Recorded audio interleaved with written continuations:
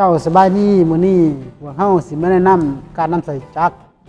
กระเป๋าหิวยี่ห้อจาโนมีรุ่น1921รู้สิเป็นจังไดนั่นเฮาเบิ่งวิธีการใช้งานของมันเด้ออันนี้คือเฮาเลือกลายเนาะเลือกลายเฮาสิเอาลายหลายมีตัวอย่างคือสิเอาลายจี้เนาะเอาลายจี้ให้ข้างบนมาใส่ลายตัวจี้เนาะตัวจี้แล้วเฮาเอาผ้าเขามีติดเป็ดเอาผ้าเขาแล้วให้เฮาเหยียบไปเรื่อย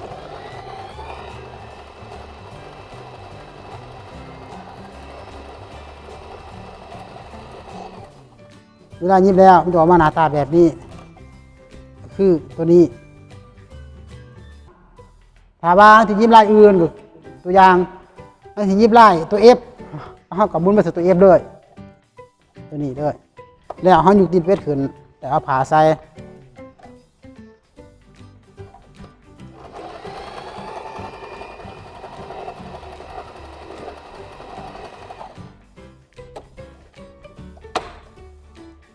มันยิบแล้วมันจะออกมาหน้าตาแบบนี้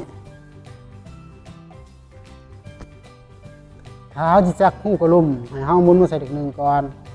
แล้วให้เขาเหยียบไปถ้าเขาเหยียบไปอะไรความยาวขนาดของกระดุมแล้วให้เขามุนมาใส่เด็กสองคือตัวนี้มุนมาใส่สองมันจะย่ำท้ายให้ก็คือเขาไล่ตามขนาดของอันนี้แล้วพยายามทายแล้วให้มุนมาใส่เด็กสามคือเด็กสามเลยคือเด็กสามแล้วมันจะยิบกลับหลังเนาะก็คือ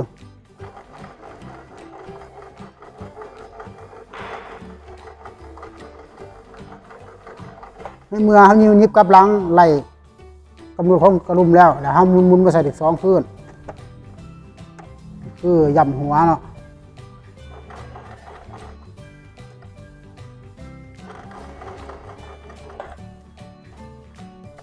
เวลายิบแล้วมันจะออกมาหน้าตาแบบนี้เนาะคือออกมาหน้าตาแบบนี้คือว่ายิบกระดุมไหนงามเนาะเวลาเจาะกระดุมไหนเขาเอาตัวนี้เจาะเนาะคือเขาเนี่ยเข้าไปแล้วเขายิงเข้าไป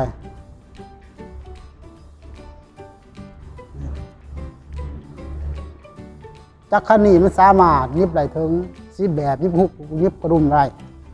ยิบหูกระดุมได้และประหยัดไฟประหยัดพื้นที่พกพาง่ายสะดวกถ้าว่าลูกค้าท่านใดสนใจสามารถติดต่อได้ทางบริษัทเอ็มไทยของเราเนาะขอบใจ